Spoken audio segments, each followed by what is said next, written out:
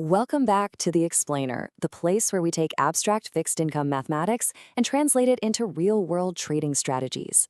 I am so thrilled to have you with us today because we are getting into some truly fascinating territory. If you've been following along, you know we've been building up our fixed income toolkit, and today we finally get to see what that toolkit can really do. Listen, in the previous explainer, we basically built the engine. We mastered the primitives, things like modified duration and convexity.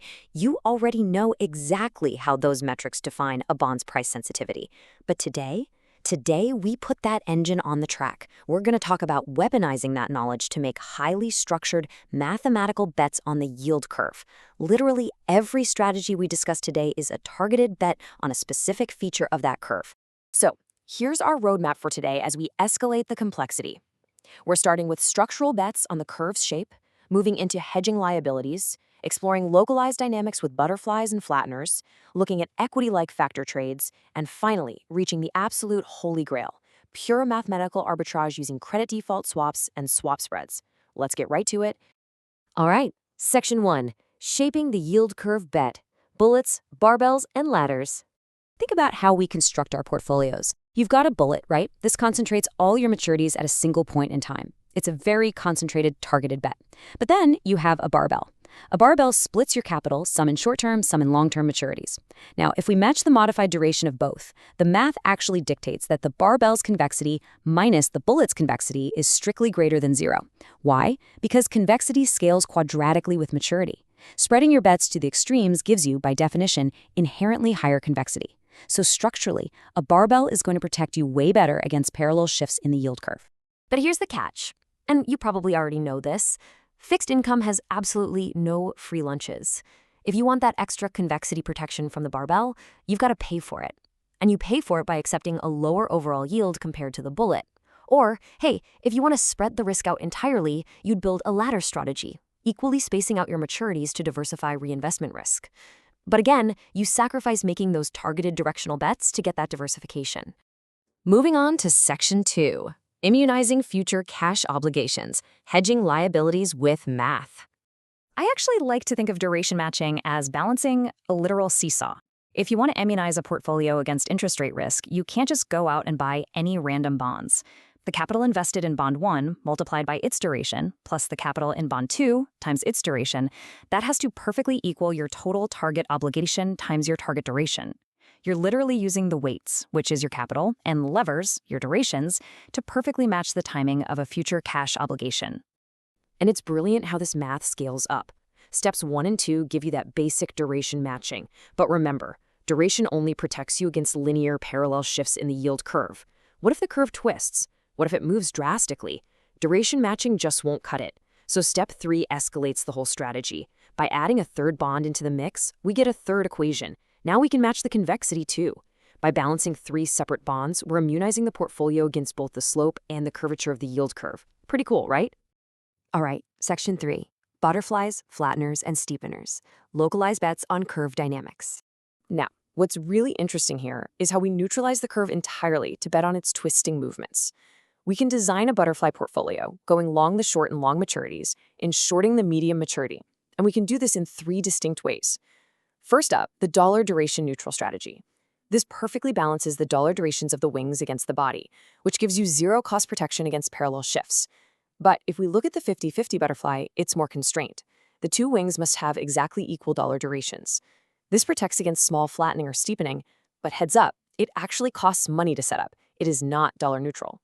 Finally, there's the regression-weighted butterfly, which is just fascinating. It accounts for a known empirical fact. Short-term rates are way more volatile than long-term rates.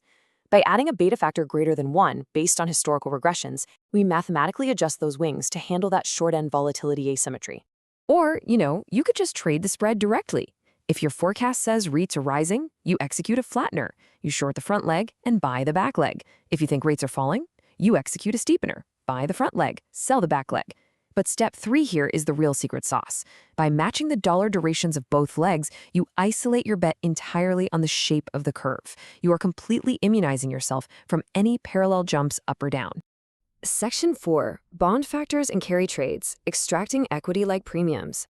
We can actually isolate distinct factors here, kind of like equities. For the low risk factor, empirical evidence shows lower risk bonds often outperform on risk-adjusted basis. So we might go long the bottom decile by credit rating and maturity. For value, we look at cross-sectional regression. We regress a bond spread against its credit rating and maturity. The residual, represented here by epsilon, basically tells us if the bond is trading cheaper or richer than its mathematical fair value. But the absolute most famous fixed income factor, that's carry. You take the modified duration and multiply it by the difference in yield over time. What this represents is the roll-down premium. Even if the yield curve literally never moves, as your bond simply gets closer to maturity, it rolls down the steepest part of the curve, generating a mathematical premium.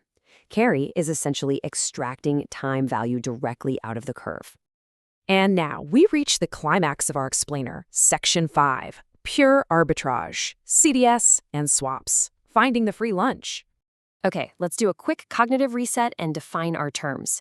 The CDS basis is the credit default swap spread minus the bond's yield spread.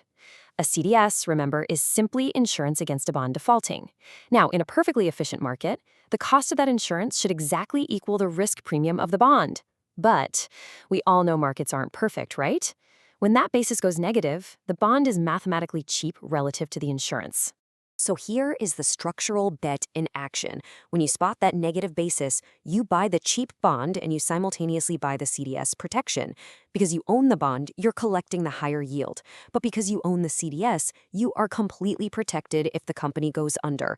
You have literally mathematically isolated the misalignment and locked in a theoretically risk-free profit.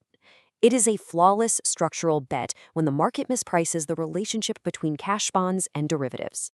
And we see a really similar level of engineering in swap spread arbitrage. In this setup, a trader constructs a long swap combined with a short Treasury position. What exactly are they betting on here? They're arbitraging the spread between the swap rate and the Treasury yield minus the financing differential between LIBOR and the repo rate. It's an incredibly precise, highly engineered bet on the difference between interbank lending rates and government borrowing rates.